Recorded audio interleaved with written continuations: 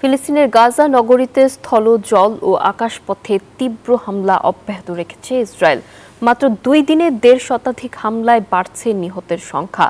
বৃহস্পতিবারই প্রাণ হারিয়েছেন 83 জন। এদিকে উপত্যকায় 26,000-এরও বেশি শিশুর তীব্র অপুষ্টির খবর দিয়েছে জাতিসংঘ। এমন নৃশংসতার মাঝেই ইসরায়েলের বিরুদ্ধে বাণিজ্য নিষেধাজ্ঞা সহ বিভিন্ন পদক্ষেপের প্রস্তাব দিয়েছে ইউরোপীয় ইউনিয়ন।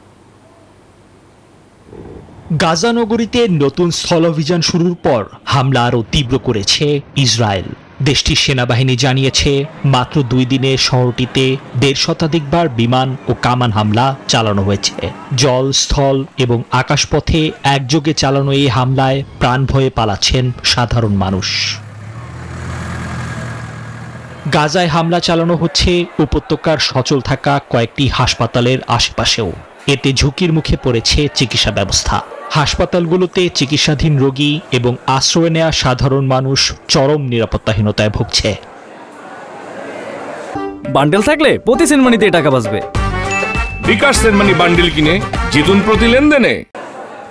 যুদ্ধের ভয়াবহতার পাশাপাশি তীব্র খাদ্য সংকটও চলছে।